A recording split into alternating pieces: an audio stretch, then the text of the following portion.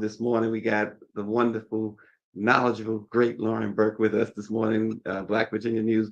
Before we get into all of that, Lauren, sad news to start off with this morning. The legendary, great Quincy Jones has died at the age of 91 years old. He died in Los Angeles yesterday. His publicist confirmed, but did not say a cause of death. But we know that Quincy's career, many people think about Quincy Jones, they think about Michael Jackson's biggest hits, Thriller, Off the Wall, Bad, but his career extends far even beyond that, Lauren. What a great career. Quincy Jones has died at the age of 91. And I can't hear Lauren. Yeah, I guess You're cute. going in and out now. There you go. Yeah, yeah. Thanks. An amazing career. He started when he was 14 or 15 years old with Bumps Blackwell. The only reason I know who Bumps Blackwell is because I'm a big Sam Cooke fan, and one of the orchestras that played along with Sam Cooke is Bumps Blackwell's orchestra. And then of course he also orchestrated for Frank Sinatra and I believe Count Basie. So he's got this entire career that happens before Michael Jackson. Leslie Gore is somebody else he worked with, and of course the diversity of people that he worked with is incredible. It really is incredible. It goes into 7 decades of work, which is unheard of in the music business because most people can't survive the genre changes. And I really think Michael Jackson and Frank Sinatra are the only two people I can think of, and of course Quincy Jones, who survived all the genre changes in their career and sort of have these Yeah. 6 and 7. It's just amazing the length of the career of Quincy Jones. Yeah. If you probably don't know this, I didn't know this for a long time. That D in his middle name, Quincy D. Jones. Hmm. You know what his middle name is? Delight. Oh, I didn't know that. Yeah, I didn't know I that. did not know that until recently. He Yeah, was there's doing a lot. something with the Weekend, and somehow that came up when he was working with the Weekend, and I had to look it up. I remember a couple of years ago, I'm like Delight. His name is Delight. Yeah, there's a lot of fun Quincy Jones facts. Somebody gave me a Quincy Jones book when I was in high school. A book had come out about his life. I guess I mean you could have like 3 or 4 Quincy Jones books coming out, but I found out that he was such good friends with Frank Sinatra that the signet pinky ring that Sinatra has on his finger that you can see in a lot of photos, he actually ended up with that after Sinatra's death. And you can see Jones wearing Mhm. it. I mean, it's like Isn't insane, it something? you know. But to me, two of my favorite musicians are Ray Charles and Sinatra. And he, of course, has this connection to Ray Charles and Sinatra. It's crazy. It is crazy. Without question, he was raised primarily by his father, who was a carpenter. His mother, and the reason being, his mother was had a schizophrenic disorder. Hmm. Hmm. They moved to Seattle when he was very young, but nothing stood in this man's way, stood between this man and greatness. He broke barriers. We don't often hear much about the barriers he broke. It was so much. I mean, we saw that clip there. We Are the World. It was Quincy Jones who brought all of those mega stars together in the mid 1980s and said, "Look, everybody, check your ego at the door. We're going to do this." That was the whole USA for Africa um, situation, and I mean, he got everyone together on that "We Are the World" song and album, and raised millions and millions of dollars. The song, of course, the primary song co-written by Lionel Richie and Michael Jackson, but Quincy Jones was the architect behind all of that, and George Benson's career. George will probably be the first to tell you that he would have no career without Quincy Jones. This guy has done so much. Of course, younger generations might remember it was the guy behind the Fresh Prince of Bel Air. Right. Yeah, he was behind Fresh Prince, and there was another thing that he was. I mean, of course, several movies. In the Heat of the Night, he did Yeah, the he soundtrack for scored Heat of that. the Night, which was a really good soundtrack. I also love the fact that he has 7 kids, and I don't know what his namesake does. Quincy Jones the third. He's probably Yes. into music. I don't know. He's in his mid 50s, but it is kind of fun that there's a lot of people around who will help celebrate his legacy. You know what I mean? It is an amazing career, probably an unheard of. I can't think of anybody else. I mean, we have to get into like Mozart and Right. people like that to really compare him to anything because the length of the career.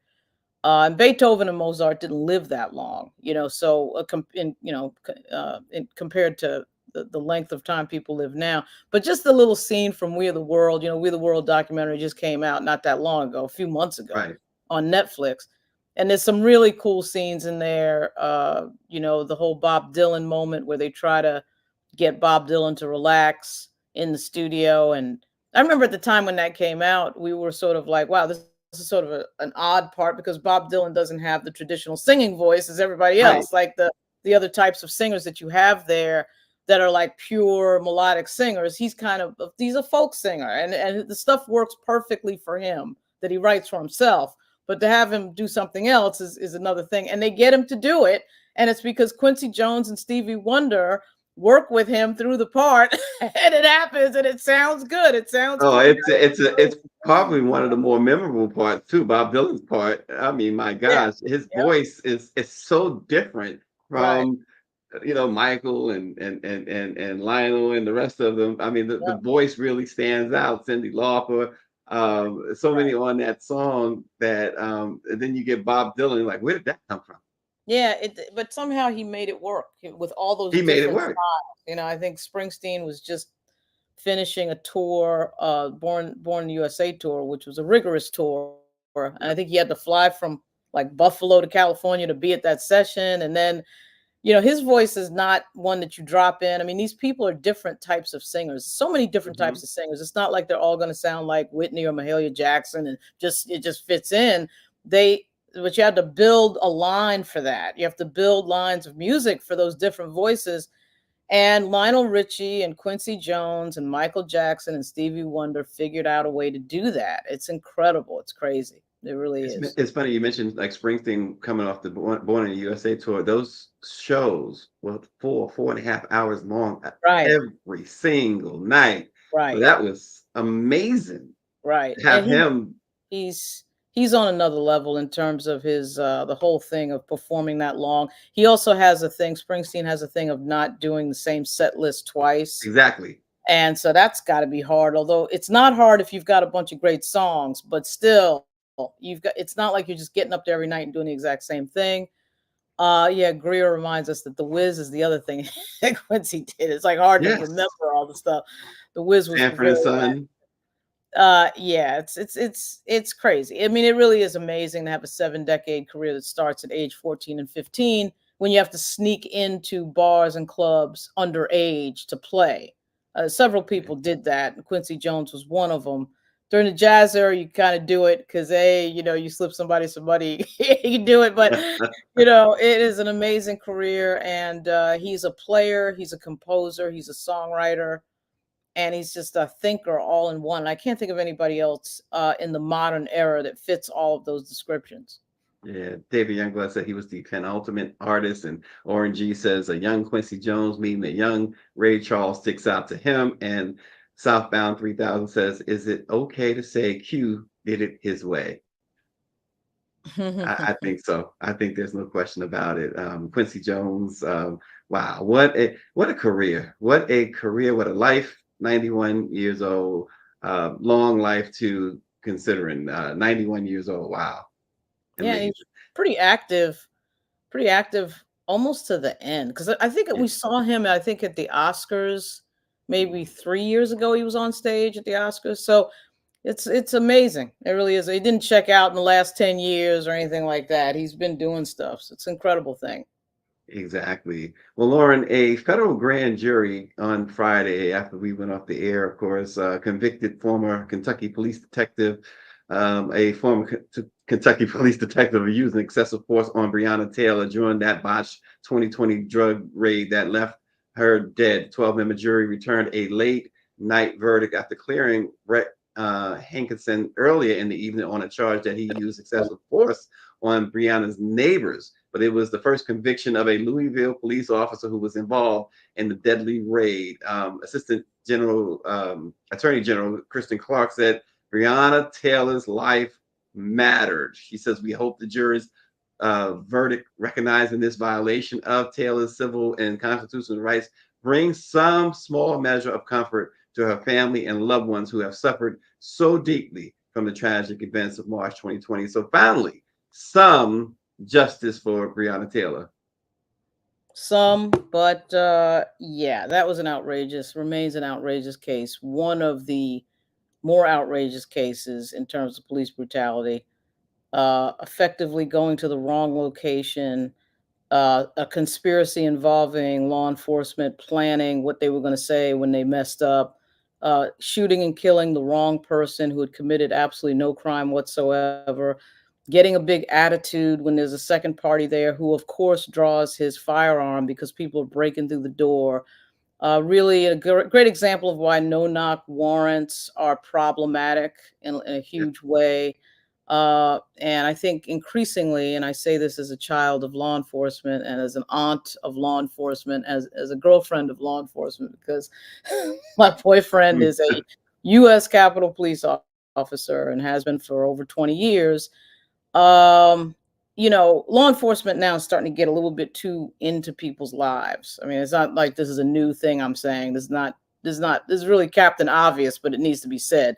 A lot of Mhm. this stuff, stop and frisk, and these special patrol units, these anti-crime units where everybody's playing clothes. This happens in New York all the time.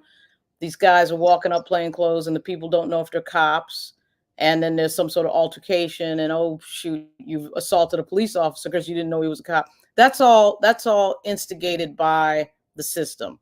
That is not somebody dialing 911 and saying, come help me. That is the law enforcement agency deciding that we're going to enter the scene. And this is to me, this Breonna Taylor murder is a great example of way over proactive policing in terms of, a warrant being issued or warrant service or whatever that is that they were trying to do should not be this complicated. And it And there was you see that. end up killing somebody who should be alive today. There's nothing worse than that. Yeah, and Greer put up that headline there, and we've been hearing this constantly on the Trump campaign. He wants to give police even broader powers. He wants to embolden them to do even more. And wow, it's to see stuff like this with Breonna Taylor all these years fighting her family, fighting for justice, fighting for some measure of justice because of rogue police officers and what they did. Um, to her and so many others, and he wants to give them even further immunity from prosecution. So we'll get into more on Trump in a moment. But the FBI, Lauren, is investigating the death of a black man in Alabama who was found hanging in an abandoned house following a request from a local sheriff. While there are certain talk among the community whose members include law enforcement, but they accuse law enforcement officers of unchecked misconduct, as we are just talking about. But the sheriff's deputies found Denoris Richardson, who is 39 years old, in Colbert County, somewhere miles from his home in a city called Sheffield, which has about 10,000 people and sits near the Tennessee River. But the family says this was a lynching. He did not commit suicide, and the department now is investigating it. That there's a possibility that this is a homicide. Yeah, and didn't he have some sort of problem, connection, argument, dispute with law enforcement shortly before this happened? What an Shortly amazing, before that, yep. yeah, what an amazing coincidence. Gee, I wonder why the family thinks there might be a connection. And Yeah, and no so, suicide note. yeah, no suicide note. The guy is young, and does he have, were those his kids in the photo? Do we know Those are his that? kids. Yeah, yeah. Yeah, I think it's unusual and a big red flag when somebody commits suicide and they have kids, because usually that's the thing that stops people from committing suicide. They don't want to do it to their kids. At any rate, yeah, obviously that should be investigated. We're getting this type of case, by the way. It seems like we get one every 6 months, some suspicious death in a location in the United States. known for suspicious deaths throughout history of Black men, right? So, and if you're going to commit suicide, I'm not sure why you're going to a barn or some remote location to do that. You can do that any place.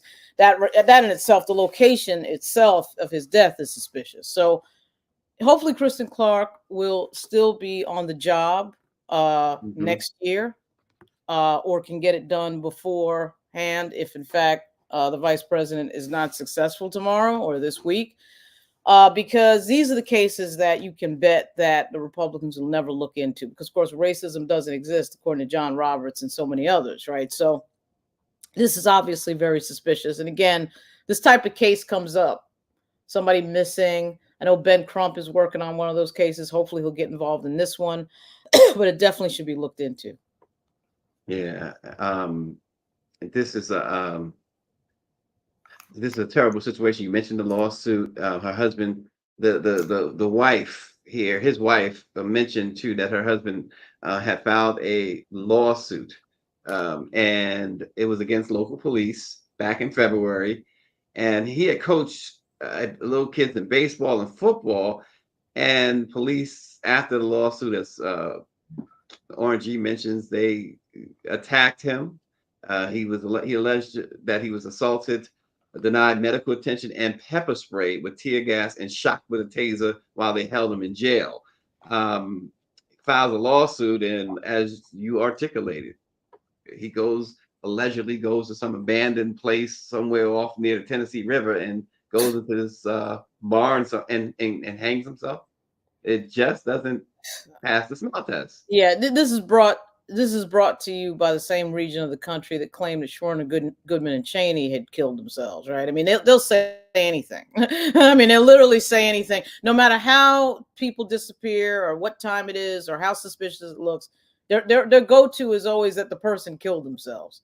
The person shot themselves 3 times in the back of the head. Like that. That's what we're supposed to somehow believe. And without the Justice Department getting involved, you would never know what happened. And Right. and typically, because of the cameras all over the place in some of these jurisdictions in the North, I don't know that the South has bought into this whole police camera thing yet. Maybe license plate cameras, maybe that type of thing. But one of the few good things, even though I think it's a Fourth Amendment violation in most cases, and the lawsuits are flying right now in Virginia in particular. One of the good things about cameras is that they pick up everything. And of course, the bad news is who's watching the camera to raise their hand at that moment and say, "Hey, we saw this." But Right. this is a moment where it sounds like the definition of a literal lynching, but of course, it does have to be investigated. Yeah. Wow. And you mentioned too again about the election. Look, we know that what Project 2025 is all about, whatever Agenda 47 is about, and it says pretty simple. Under a Trump Vance administration, they will investigate racism against white men, not black folks, and they will dismantle the Civil Rights Division, among other things. That this Project 2025 will bring. So, and speaking of Trump, the latest, Lauren, he wouldn't mind reporters being shot. Yeah, well, that's not new. I mean, he's threatened reporters before. There's nothing new about this. The thing that needs to happen is everybody needs to report that and stop acting like, oh, it's just another day at a rally. Uh, the double standard with regard to Donald Trump is unbelievable, because obviously if Vice President Harris said that, it would be the end of days, right? Right. Joe Biden uttered something about garbage last week and everybody flips out on Fox News. I mean, it's just sort of not even. But Fox News, again, is a political organization masquerading as a media outfit. I'm not sure why people aren't referring to them as what they are, a political organization. I Right. have no problem saying that MSNBC is sort of the same thing. The difference is that Fox lies on a daily basis, and that's how they lost the Dominion voting machines case, but to the tune of $787 million, because they were lying, and they were in close connection with the Trump White House, where we have a so-called anchor on Fox News texting the president, or actually texting the president's people, because the president doesn't text.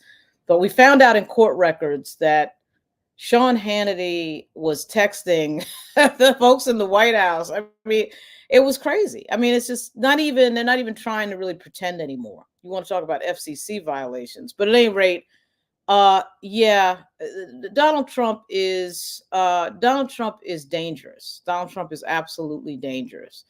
And there's nothing more dangerous than him getting power and consolidating it, which is exactly what Project 2025 is outlining.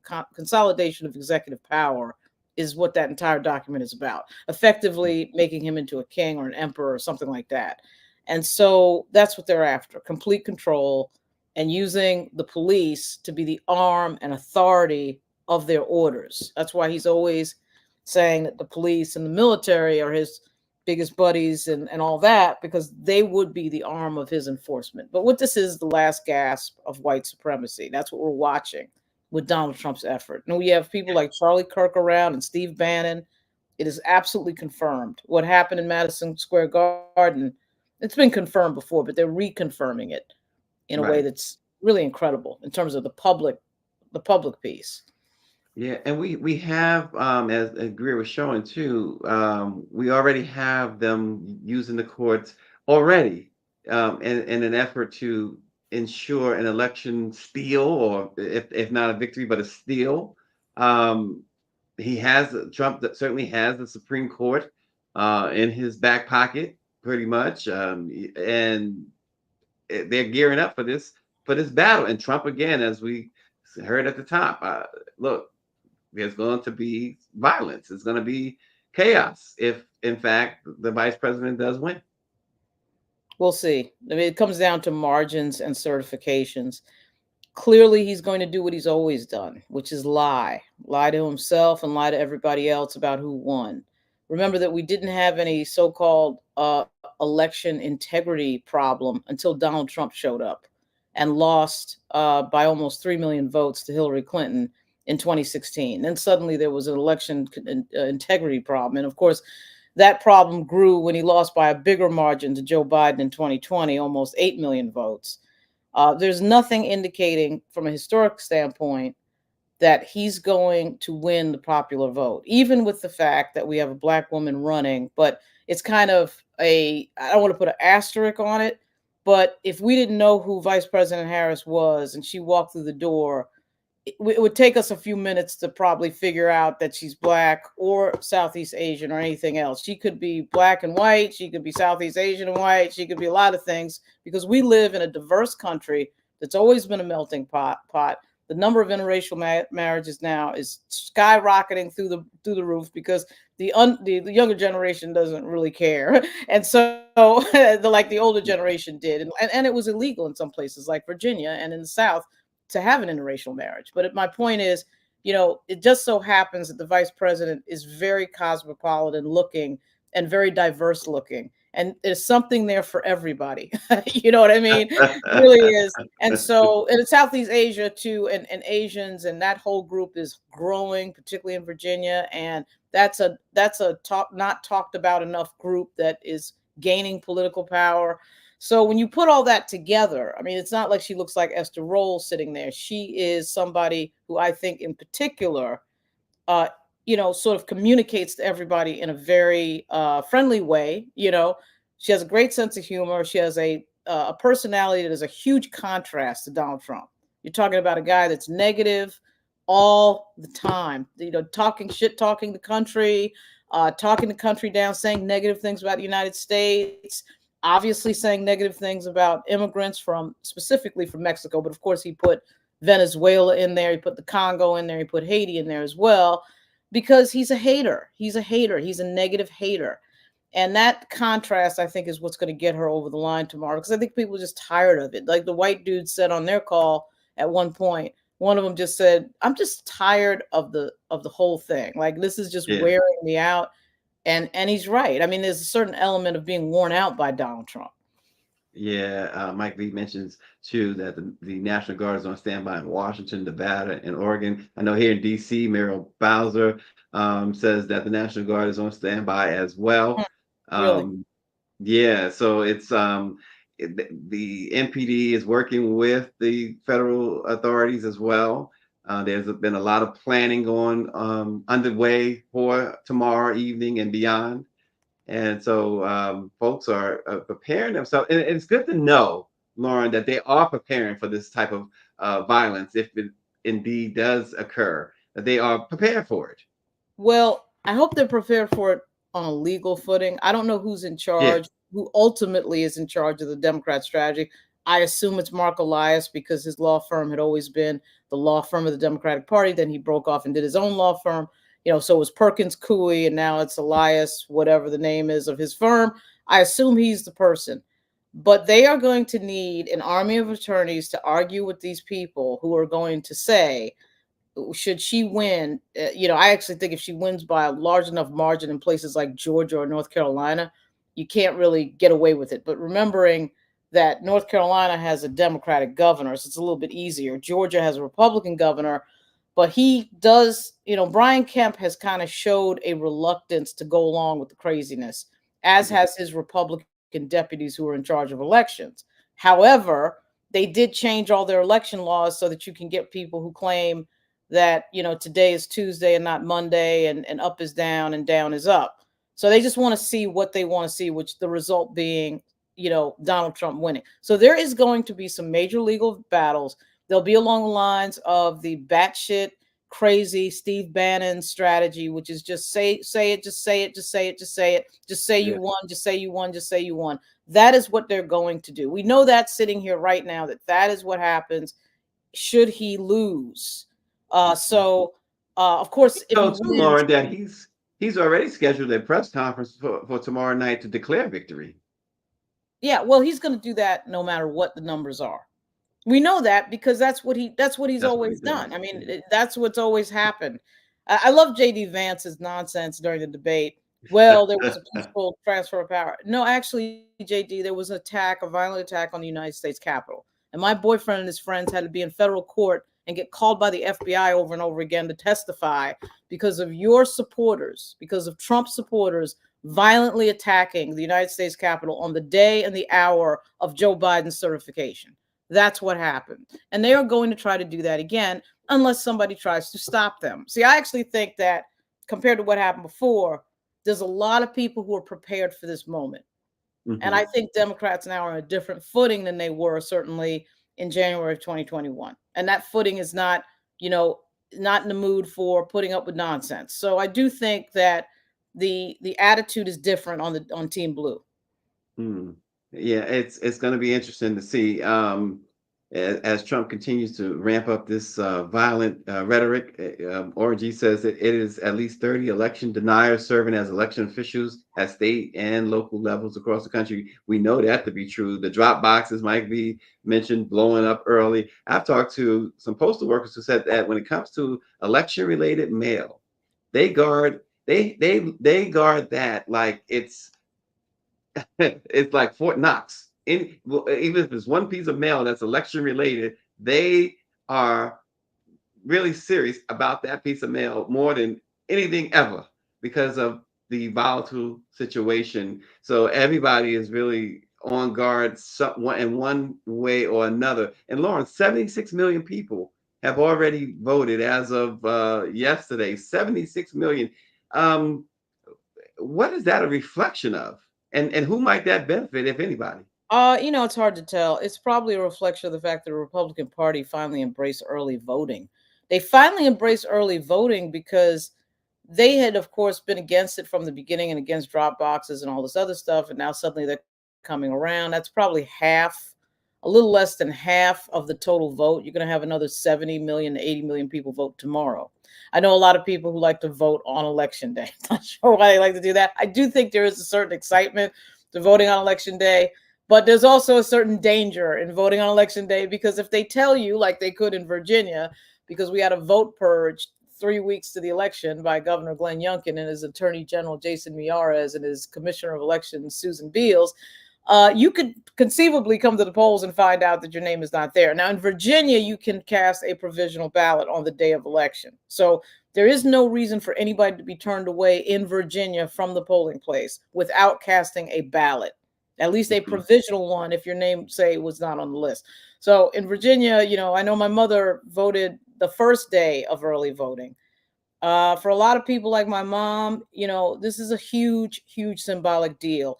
I dare say, not just for Black women. I've met a ton of white women in Virginia. There's a group in Virginia called Network Nova that's been around for a little bit of time, at least 6 or 7 years. And it's a bunch of white ladies, typically up in Nova, Northern Virginia. And they're very excited about Vice President Harris. They're out there. And it's so for women, this is a big deal. This is the first election since the Dobbs decision, since Sam Alito decided that he wanted to strike abortion rights. And even though I got to say it's not a huge issue on my list, it still goes to individual rights, individual freedom, and the state and the government getting involved in people's private business. And some of these commercials we're seeing, the Black woman in Texas, that commercial is hard hitting. And that's a Harris Walls commercial. And then we have a white woman who died the other day, who was 19, also in Texas, that ProPublica discussed in a story that broke, I think it was on Thursday, because they're waiting for people to get on death's door to treat them. It's complete craziness, complete nonsense. And that it may be, in fact, this, I'm sure you probably saw, Stacy, the Selzer poll that came out for Iowa. Ann Selzer is a respected pollster. She's finding in that poll that Harris is winning by 2% in Iowa, a very white state, as I think we all know, because older white women are voting for Harris. So if that's true, and Selzer has an unbelievable track record of accuracy, that would be game, set, match. Because if older white women have decided, and that's a really reliable, older voters, Black, white, or whatever, they show up. They show up and vote. Right. Put that together with young people who just registered, and there was a spike in young people registering in late July of 2024, right after Biden left the race. That would spell trouble for Donald Trump, it would seem to me. But of course, it comes down to those specific states, Wisconsin, Michigan, and Pennsylvania. Now, Lauren, NBC News has said that they will grant Donald Trump at least 2 minutes of airtime because of Kamala Harris's appearance on Saturday Night Live. The FCC has determined that they owe him equal time. And so they have offered Trump some time over the next day or two to get equal time. I was, first of all, I wasn't aware that a variety program would count. Then I'm also taken back to 2016, which was really what put Trump over the top when it came to his race with Hillary Clinton. And that he was constantly on the airwaves on all of the networks, and I did not see other candidates offered that type of time. What do you make of this? The fact that the FCC has, or at least NBC says that they want to comply with the FCC to give Trump this equal time based on the vice president's Saturday Night Live appearance. I'm actually completely confused. I haven't had the time to study this. I know that it is happening, but I was under the impression that the equal time rule had ended under Reagan. So right away, my reaction was that the equal time rule had ended. So I'm confused as to why the FCC is evoking anything. If that's the case, then that would mean that every time she makes an appearance on something, the other candidate has to be there, and vice versa. Of course, we're at the end of the race, so for this race, that would be not in effect. I suspect that this is a federal, obviously FCC is federal, so Yes. if this is a federal rule, that would of course apply to Tim Kaine's appearance on Saturday Night Live. He's running against a Republican named Hung Cao. I'm not sure why that hasn't come up, but I'm completely confused because I thought the equal time rule had ended several decades ago. In fact, 6 decades ago. So I'm not understanding what that FCC commissioner is talking about. So I have to go and educate myself on what that is, what he's talking about. Because I just don't know how this is now relevant and how this is now being brought up. There's been many political cameos on Saturday Night Live, and now all of a sudden we're hearing 100%. about the. So I don't get it. I don't get it. Is it NBC? Could this be a case of NBC just kowtowing to Trump? They probably are, because it's just easier to do that. But I have to say, because it is before the election, he could conceivably get into office in January and punish them, which is, I think, why the Washington Post punked out of an editorial, because they're afraid of Donald Trump. So at any rate, as Al Sharpton says, if you're scared, say you're scared. It's not that difficult to throw them on the air on the Today Show or something like that. But Right. if their argument is that was some sort of a political commercial or some sort of thing, that's interesting, because that means that all the interviews he's doing on Fox and all these other places, then she has to show up. I mean, like I just I'm completely baffled, because I didn't think the equal time rule existed anymore. So I got to check that. And speaking of Al Sharpton, he did give I thought it was a great one liner on Morning Joe. He says Donald Trump brought a lounge act to politics and don't know how to play on the big stage. That was fantastic. Yeah, and not only that, this is probably one of the worst closing weeks of any presidential campaign. Of course, if he wins, it's an affirmation of the closing week. I'm a believer that he's going to lose, because the history tells us that the American people is not interested in this type of candidate. We saw that with David Duke, specifically in Virginia. We've seen a few candidates, E.W. Jackson, and Corey Stewart, who liked Confederate battle flags, and everybody rejected that. We did have a race in 2017. Ed Gillespie ran an incredibly racist campaign against Mexican immigrants, trying to brand Ralph Northam, who of course won that race, as a member of MS-13, which was particularly absurd because Ralph Northam is a doctor and went to VMI. I mean, but the point is that uh, that sort of racist, open racism has been rejected. It is scary to watch 80 million people vote for it, or 70 million people vote for it, has happened in 2020, Right. 2020.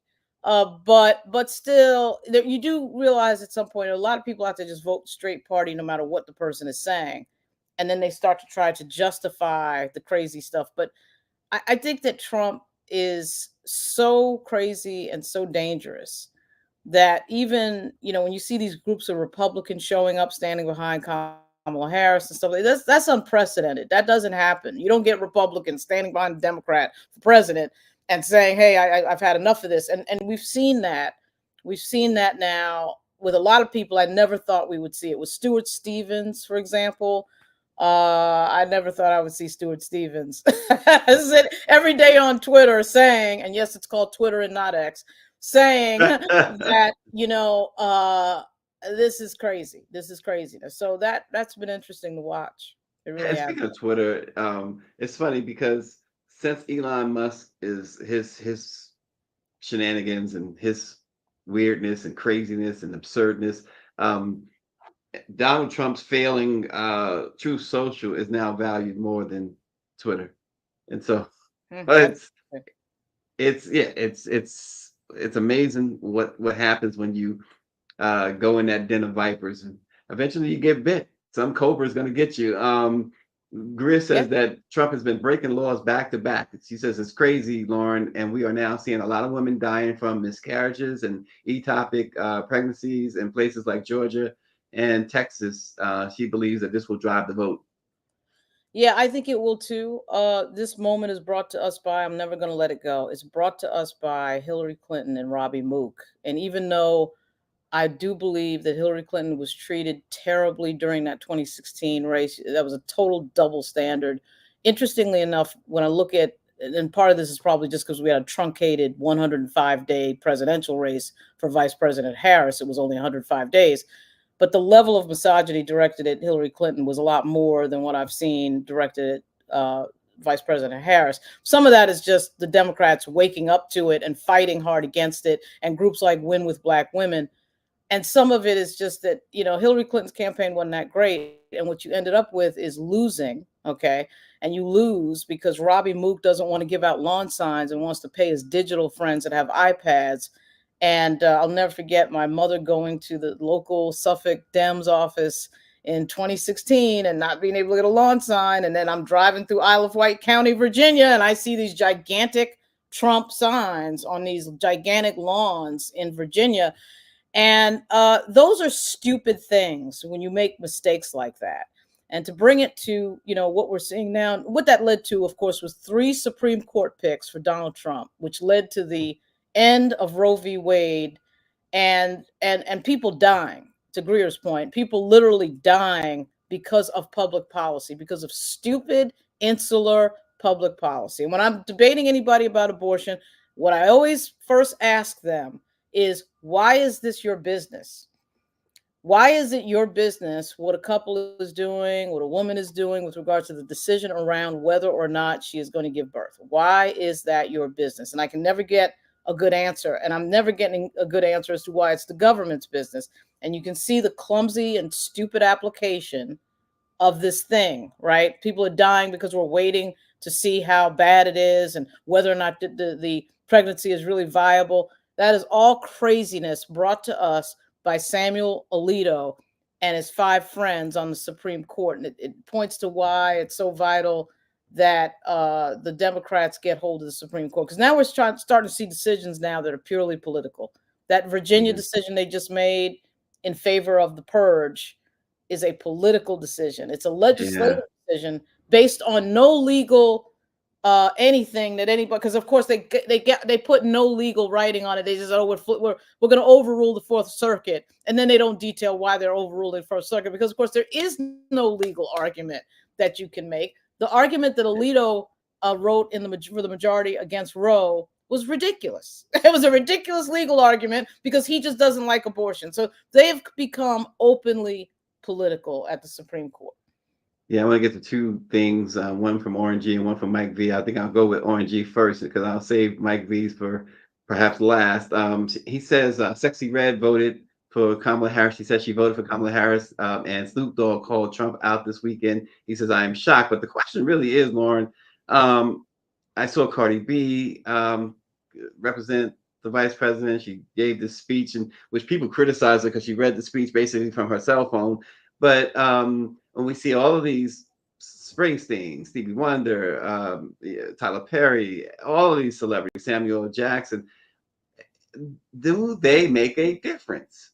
Yeah, I think they actually do make a difference. When people have 20 and 30 and 40 million people on one social media account.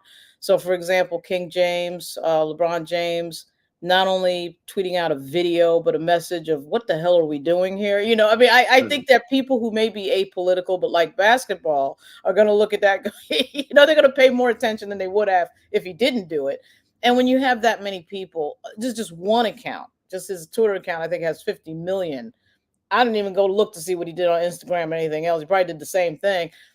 I do think that it makes a difference. I don't see how it doesn't make a difference. And when you're talking about these megastars that are on these levels that are unprecedented, there's only about 5 or 6 entertainers that can say that they've got over 30 million. It's Beyonce. I'm not really considering LeBron James an entertainer in the same sense as a singer, but of course, sports is effectively entertainment as well. But LeBron James and Beyonce are into the stratosphere with the Right. number of views and the amount of attention that they can get with the communication. So I do think it makes a difference. At the baseline, it increases awareness about what the general thinking is with regard to the cool kids in high school, the LeBron Jameses and Cardi B and Beyonce. What are the cool kids thinking? And so that I do think matters. Yeah, and those folks who criticize Cardi B for reading off her cell phone, come on. And with a platform like that and a message that she had to deliver, I'm pretty sure she was nervous. But if you listen to her, those were her words. These were not somebody saying you should say this. These were her words. She talked about her kids, and she was, she kept it as real or as true to herself as possible. I find her to be very fascinating. I don't listen to her music. Don't really know her music, but I've always found her when she speaks to be a very, very interesting and very entertaining person. It goes back to some years ago when I saw her in that carpool karaoke, and I thought, this individual, this Cardi B, has a career well outside of music. She is extremely entertaining, if you ask me. That's my Cardi B pitch for this morning. Well, Cardi B and Usher and J Lo are also supporting, as you know, all supporting Vice President Harris. And it was interesting to watch J Lo talk about the irritation that she felt after the racist statements at the Trump rally at Madison Square Garden directed to Puerto Ricans. But none of them, of course, are professional speakers, but of course they're in the same realm of being somebody who can stand on a stage in front of hundreds of thousands of people and present, right? So they're able to do that really well. But it's interesting to hear in detail the specific thing that an entertainer says. And I think the most interesting ones so far have been Cardi B and Bruce Springsteen and Oh, Usher yes. and J Lo, because they're not. And I will say I'll put Eminem in there as well.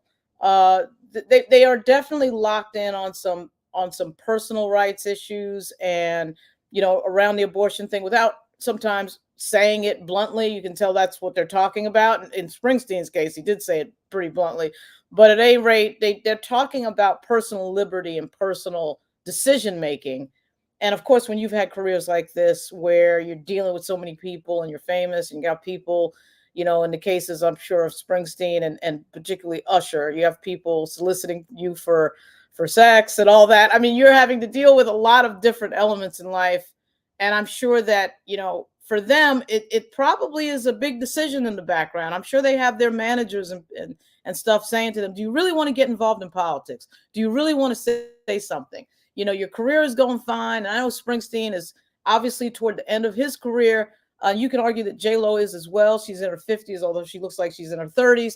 But the point of it is, I'm sure all of their management said to them, and Springsteen, of course, was involved, I think, in 2016 with Yeah. Hillary Clinton. So Yeah, he he's been was. involved in politics for a while. But I'm sure their management is saying to them, why do you need to get involved in this? Usher is on a tour and has a residency in Las Vegas. You can bet that people have said to him, you might lose money if you come out publicly and say something in this race. And then you might get attacked by the next president if in fact he gets, and they are completely ignoring that to get involved. And I actually think that's a really, really interesting part of that whole moment of all these celebrities coming out for Harris.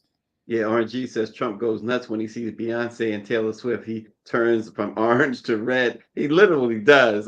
We did that whole Beyonce video, and I mean, it's just he does loses his absolute mind. But Mike V says to you, Lauren, he's asking you. He says there were two more Black male voter summits this weekend. He says I do.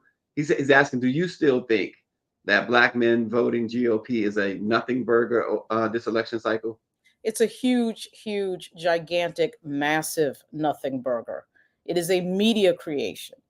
It is the media going out and finding the one guy, the two guys, or whoever the heck they can find. It'll say that they hate the vice president and that they're voting for Donald Trump. And the overwhelming majority of Black men are voting for the Democratic Party. That has been the case for decades. And somehow the media, the New York Times, somehow can't find any of these people. I run into them every day of my life, but somehow the New York Times can't find one of them. But they'll build an entire piece around negative energy and negative statements that a Black male is making against a Black woman, which is what this is really about. It's also about the fact that these newsrooms are too lily white and have too few people who will raise their hand in the editorial meeting and tell all the white people, all their white bosses, you're wrong.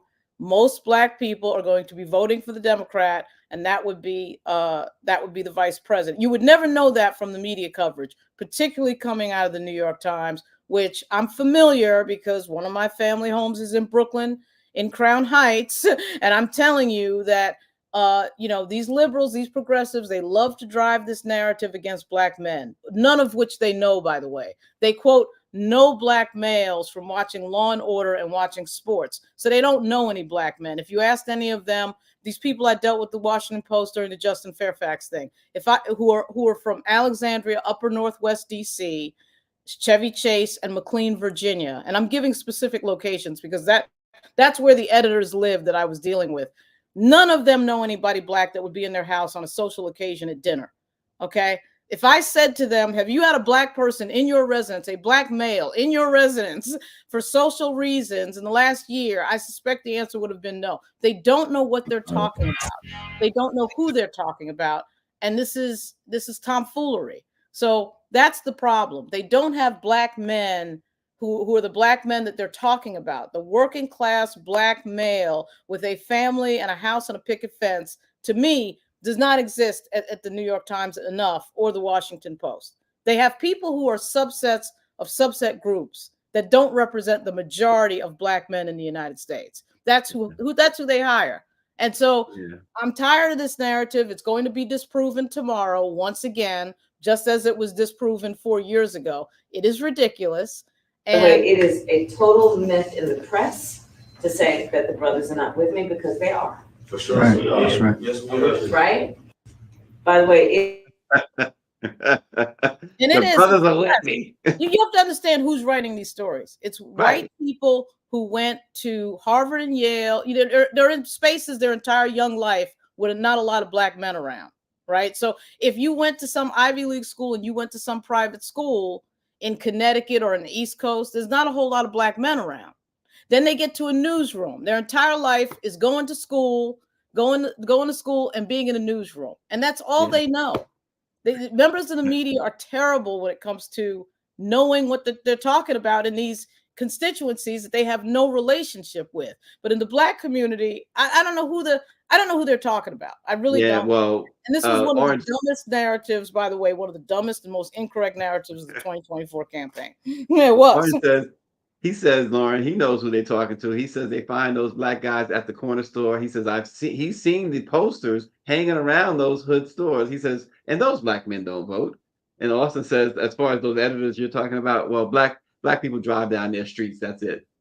Well, I'll tell you what, if they think they know anything about over 20 million people in the country, which is what this is. Black men are over 20 million people. It's like 25 million people. And you come down to some guy standing on the street corner. They don't do that with white folks when they interview them. They don't go to some white person standing on the street corner random. No, they go to somebody who's probably an academic, somebody educated. They don't do the equivalent in our community. And they think who represents our community is typically lower middle class or somebody in some, urban area. That's their stereotypical view of who black people are. So that's who you keep seeing in these pieces. But it is the biggest nonsense in the world, and we're going to see it. We're going to see it tomorrow in the exit polling. Yeah, and we'll probably see Lauren. We always see her with Roland Martin. We'll probably see her for election night with Roland. We're going to be with Roland on election night. We're going to drop in on Roland Martin, all the great work he's been doing throughout this campaign. Folks, if you're going to watch anything, don't watch mainstream media. Don't watch anybody else's coverage. Watch Roland Martin Unfiltered on election night. He is going to bring all of the goods, and Greer and I are going to be out on Black Lives Matter Plaza to check out the great Roland Martin and his coverage. Can't say enough about what he has done for black media in general, and we give him hats off all the time because he deserves it. He is the hardest working black man in the business, and we appreciate him. And we're going to be watching tomorrow night. We're going to be there in person with Roland. I'm sure Lauren's going to be there, and she's going to give him her insights on what's happening specifically in Virginia. And also check out Black Virginia News. If you haven't subscribed to Lauren's newsletter, make sure you do, and get the best coverage in all of Virginia from none other than Lauren Burke. But check her out also on Roland Unfiltered, and we'll be checking him out as well. Everybody, thanks so much for joining us. And Lauren, we appreciate you as always. See you real soon. Thanks a lot. Thanks for watching Let It Be Known. See you soon.